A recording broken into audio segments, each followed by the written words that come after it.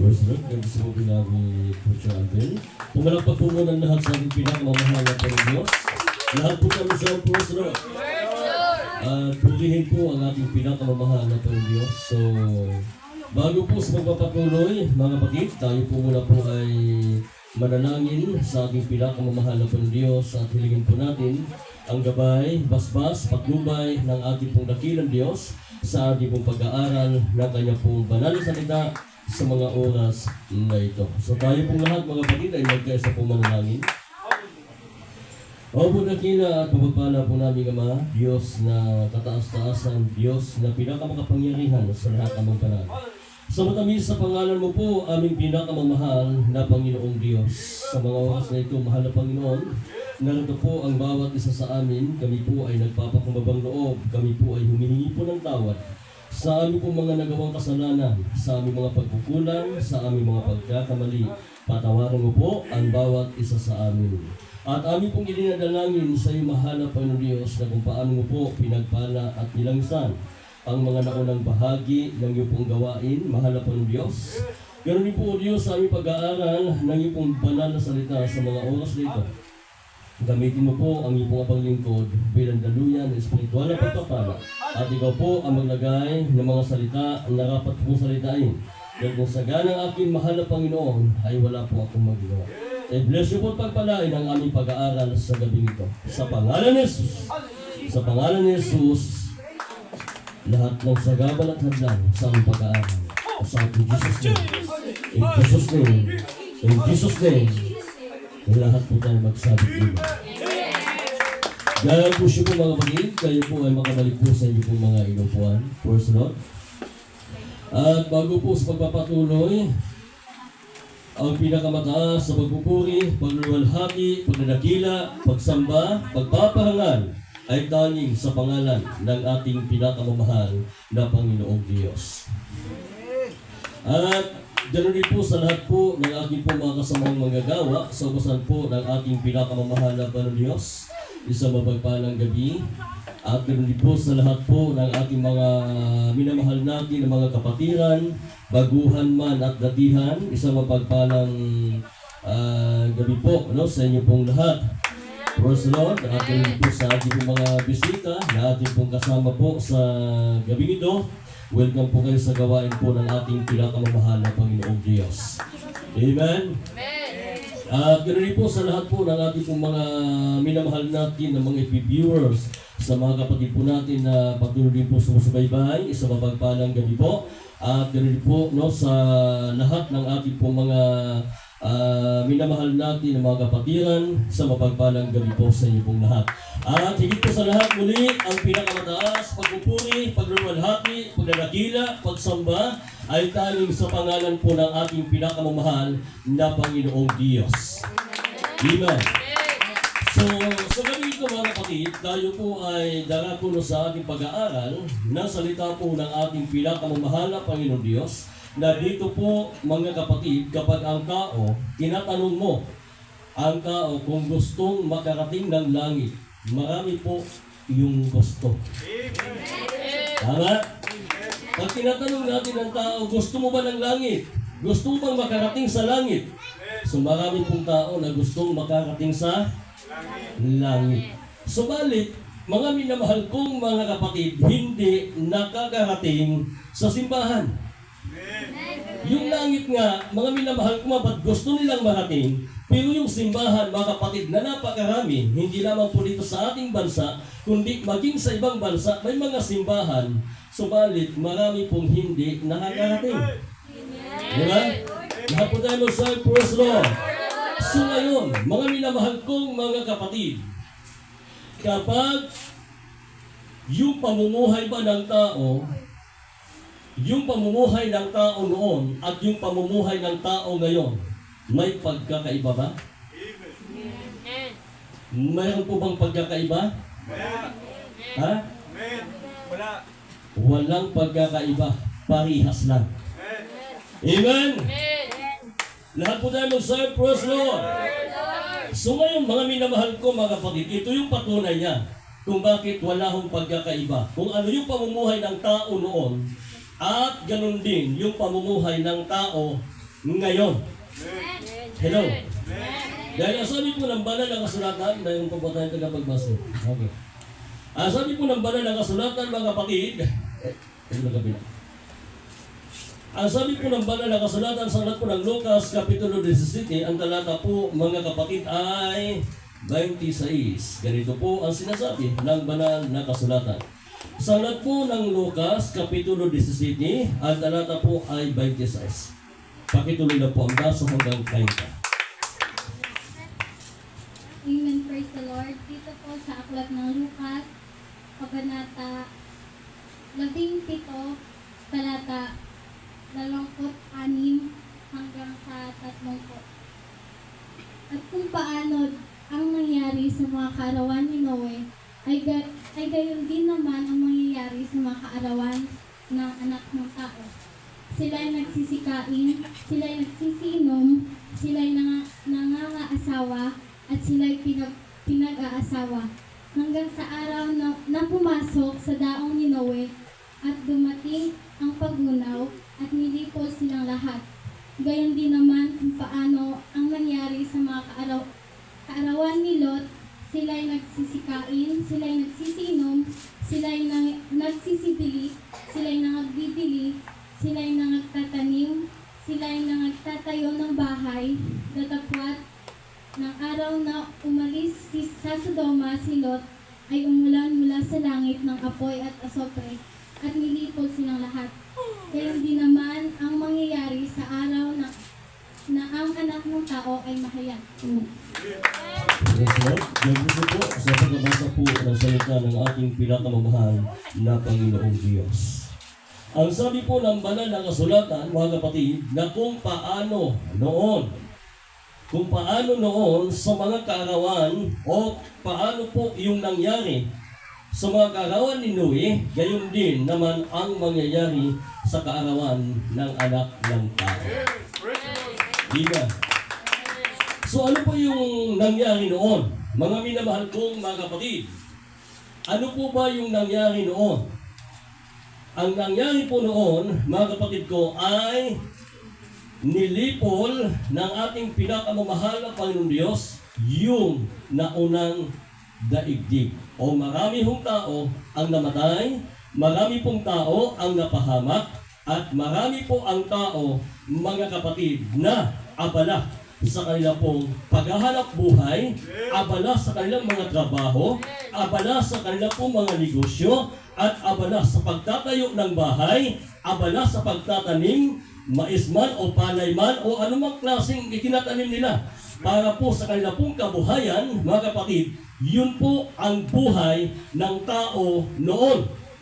Ang buhay ng tao noon, mga kapatid, ay abala din po sila kung paano po gumawa ng masamang mga gawain. Katulad lang po, mga kapatid, ng mga bakla at tomboy.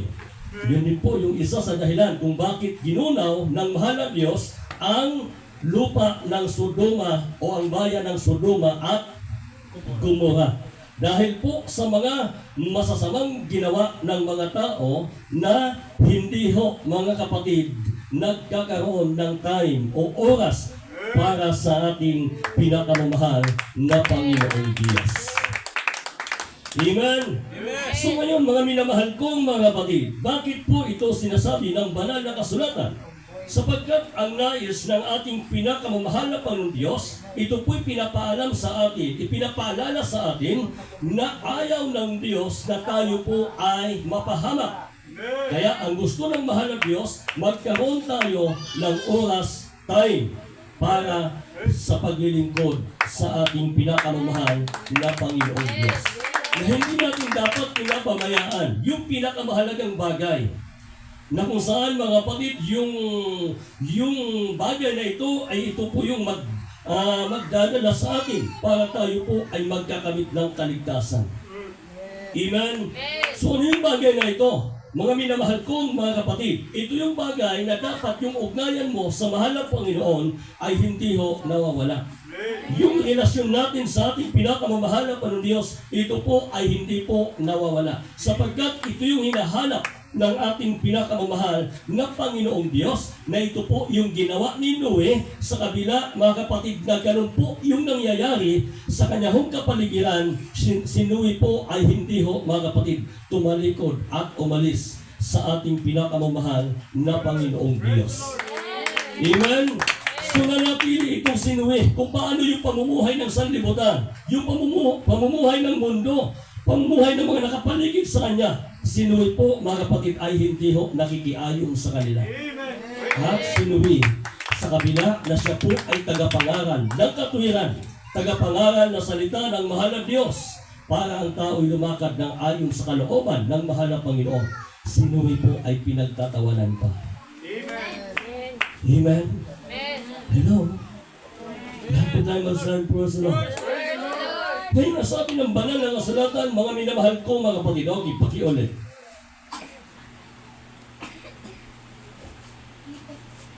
Dito po sa Aklat ng Lucas, Kabanata 17 sa talata 26. At kung paano ang nangyari sa mga kaarawan ni Noe, ay gayon din naman ang mangyayari sa mga kaarawan ng anak ng tao. Okay. So, ang sabi po, mga minamahal kong mga kapatid, kung paano ang nangyari sa mga kaarawan ni Noe, gayon din ang mangyayari sa mga kaarawan ng anak ng tao. So ngayon, mga minamahal ko, mga kapatid, bakit po ito sinasabi ng ating pinakamamahal na Panginoon?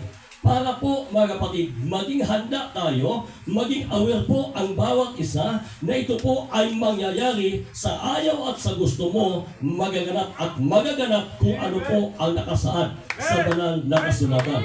So sabi ng banal na kasulatan, ang langit at ang lupa ay lilipas.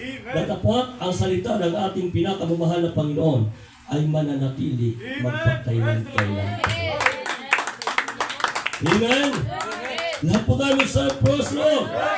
So ngayon, ang sabi ng banal na kasulatan, mga minamahal ko, mga kapatid, di ba sino dito, mga minamahal ko, mga kapatid, yung gustong paghandaan ang araw ng ating pinakamamahal na Panginoon? Gustong paghandaan ang araw ng pagbabalik ng ating pinakamamahal na Panginoon Diyos. Lahat po tayo sa first Lord. Pero alam mo, mga kapatid, kahit gusto mo, darating ang mahal na Diyos sa oras na hindi mo inaasahan. Amen? Kaya sabi ng banal na kasulatan, darating ang ating pinakamamahal na Panginoon katulad ng magnanakaw. O sino ba yung nakaalam, mga kapatid, na darating yung magnanakaw at nakawan ka? Hindi mo alam. Sumalit sa hindi mo inaasahan, mga kapatid, darating yung magnanakaw at nanakawan ka sa hindi mo inaasahan at hindi ka nakapaghanda. Amen? At yung kinukuha ng mga magnanakaw, ano? Ano ba yung kinukuha ng mga magnanakaw? Yung kinukuha ng mga magnanakaw, yung mga mahahalagang bagay. Hindi naman kukuha yan ng mga mahihinay. Amen? Hindi yung kukuha ng hindi mahalaga. Ang kukunin niya, yung mahalaga para sa kanya. At gagamit-gamit. At alam niyo po ba, sa pagbabalik ng mahal na Panginoon Diyos, kung sino yung kukunin niya? Yung kukunin ng mahal na Panginoon, yung mahalaga para sa Kanya. Amen? At nagpapahalaga sa ating pinakamamahal na Panginoong Diyos. Lahat po tayo sa first Lord. Alam niyo po ba, mga kapatid, hindi naman talaga tayo kailangan ng mahal na Panginoon. Sino ba dito kailangan ng mahal na Panginoon? Ha? Kailangan ba tayo ng mahal na Diyos? Hindi naman tayo kailangan ng mahal na Panginoon. Tayo po ang nangangailangan sa Diyos. Amen? Sa kabila na binili ka na, sa kabila pag-aari ka na ng mahal na Diyos, mga minamahal ko, mga kapatid, kung lalayo ka sa Kanya, wala hong mawawala sa Kanya. Amen? Kung tatalikod tayo sa Kanya, wala pong mawawala sa ating pinakamamahal na Panginoon. Subalit sa iyo, sa ating lahat, marami pong mawawala sa oras na tayo po ay lumayo at umalis sa mahal na Panginoon. Ano yung unang-una? Mawala sa atin, mawalan ka ng kaganakan, mawalan ka ng kapayapaan, at wala pa yung buhay na walang hanggan. So, kung ka pa ngayon sa naglalagablab, nagliliyab, na apoy. Amen? Pero, mga minamahal, mga kapatid, sabi ko nga, marami yung gustong makarating sa langit, hindi ho nakarating sa church. Di ba? Lahat po tayo magsabi, praise the Lord. Pero yung gusto talaga ng langit, mga minamahal kong mga kapatid, sa kabila na may hadlang, sa kabila na may mga pagsubok, sa kabila na may atake ang kaaway, siya po mga kapatid ay nagsisikap na makarating sa gawain ng ating pinakamamahal na Panginoon. Sabagat siya po ay may pananampalataya. Yung lahat na may pananampalataya, magsabi praise the Lord. Magsabing amen. So ang ibig sabihin mga kapatid, katulad ni Noe, si Noe po, ginawa niya ang makapagliligtas, hindi lamang sa kanya, kundi sa kanyang buong pamilya. Amen! So, pag-ibasa sa 27, ganito ang sabi. Sila'y nagsisikain, sila'y nagsisiinom, sila'y nangangaasawa. Amen. So, ang sabi po, mga kapatid, sila'y nagsisikain. Nagsisikain. Ano yung trabaho nila noon? Sila po ay laging kumakain. Kaya nga, mga kapatid, sabi nila, kain ka ng kain, payat. Tulog ka ng tulog, puyat. Lahat po tayo sa praise the Lord. Oh, sabi ng banal na kasulatan, mga minamahal mga kapatid, ang trabaho noon ng mga tao noon, sila'y nagsisikain, kain sila ng kain, at inom sila ng inom. Di ko lang alam kung ano yung iniinom nila.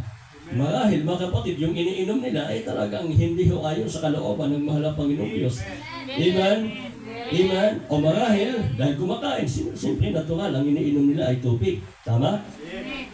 Lahat po tayo masabi po sa Lord. Pero, mga minamahal mga kapatid, ano ba ang dahilan kung bakit ginunaw ng mahal na Panginoong Diyos ang naunang sanlibutan?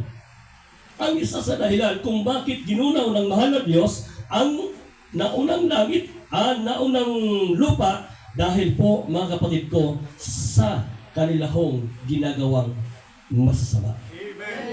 Amen? Amen? Okay, so ako na lang ang babasa. Ang sabi po mga kapatid ng Genesis, ang sabi po dito sa alat po ng Genesis, Kapitulo 7, ang talata po mga kapatid ko ay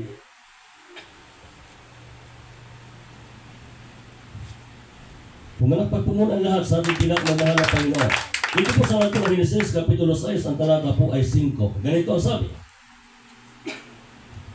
At nakita ng Panginoon na mabigat ang kasamaan ng tao sa lupa at ang buong haka ng mga pag-iisip ng kanyang puso ay pawang masama lamang na parati. Ano po ang sabi ng banal na kasulatan? Ang sabi ng mahal na Panginoon, sabi po ng banal na kasulatan, nakita ng mahal na Panginoong Diyos na mabigat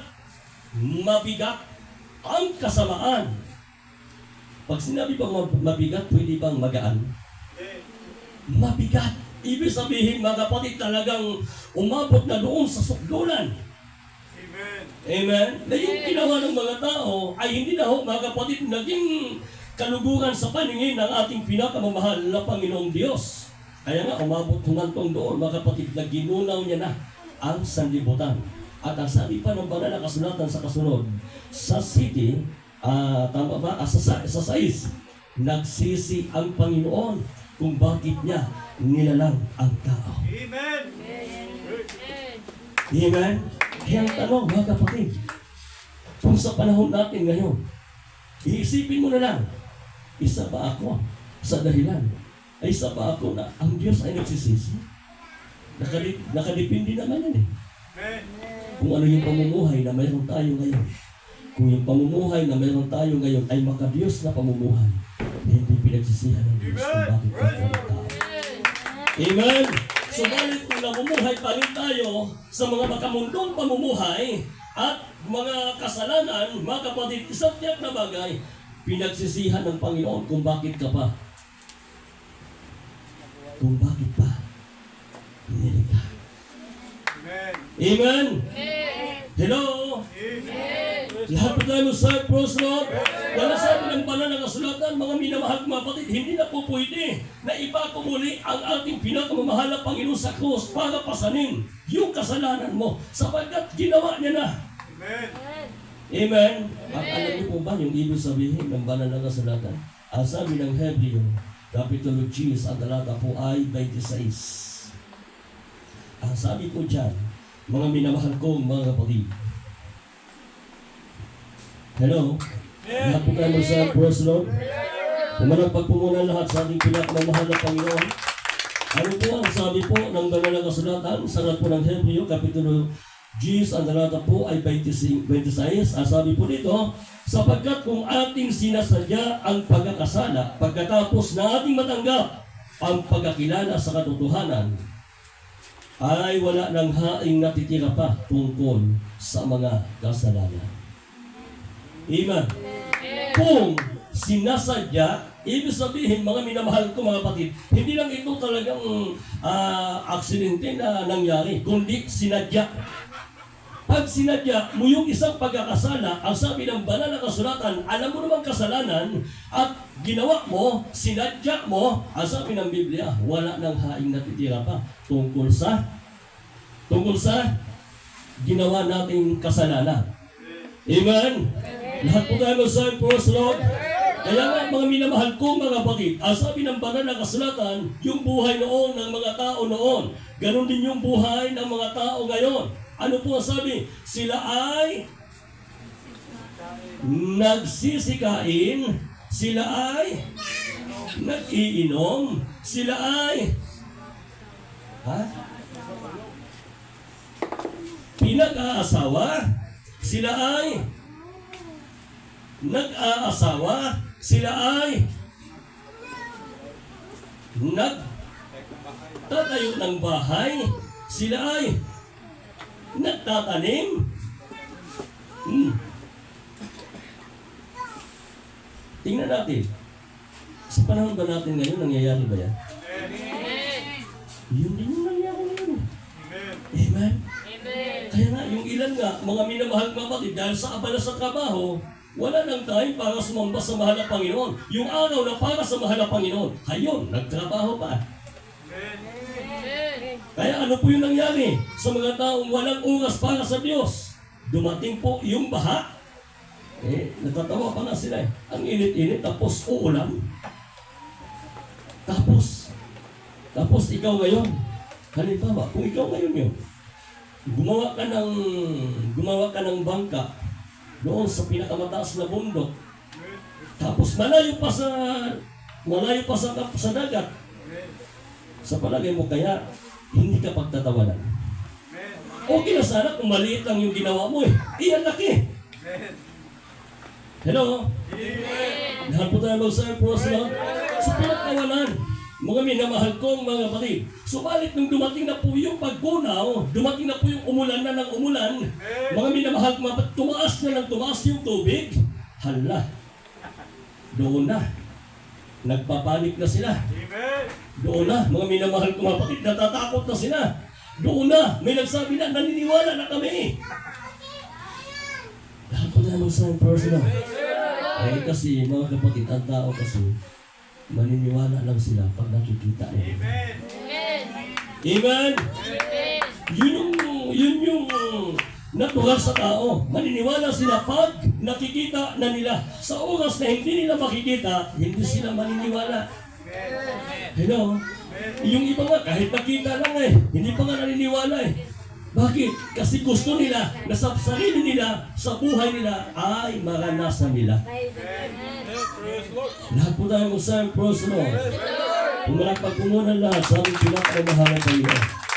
So ngayon, ang sabi ng banal na kasulatan, ano po yung ginawa nila? Sige, tuloy natin ang basa.